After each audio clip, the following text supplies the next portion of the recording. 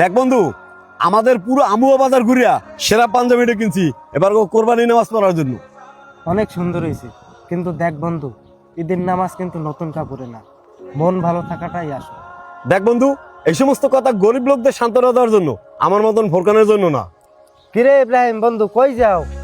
8:30 বাজে, 8:30 তো কোরবানির নামাজে যাই।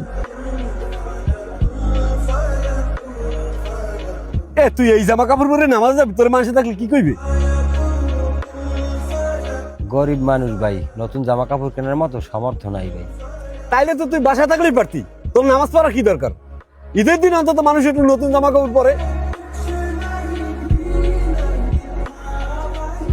কিরে ফোরকান, তুই ইব্রাহিমের এত ছোট করে কথা কাউকা? বেড়া, ছোট করে কথা কই মানে? যেটা সত্য এটা কইছি, আমি কি ভুল কিছু কইছি? হ্যাঁ, তুই ভুলই কইছো। আমি ভুল কি কইছি? সেরা জামা কাপড় পরে নামাজে গেলে মানুষ হাসবে না?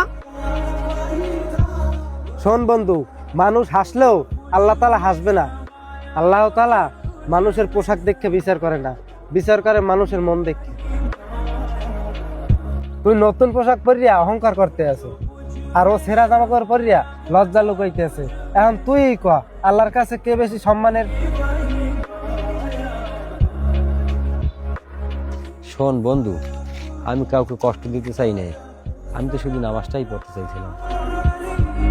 দেখছো, ওর মনে কোনো অহংকার নাই, কিন্তু তোর কথায় ওর মনটা ভাঙ্গে গেছে।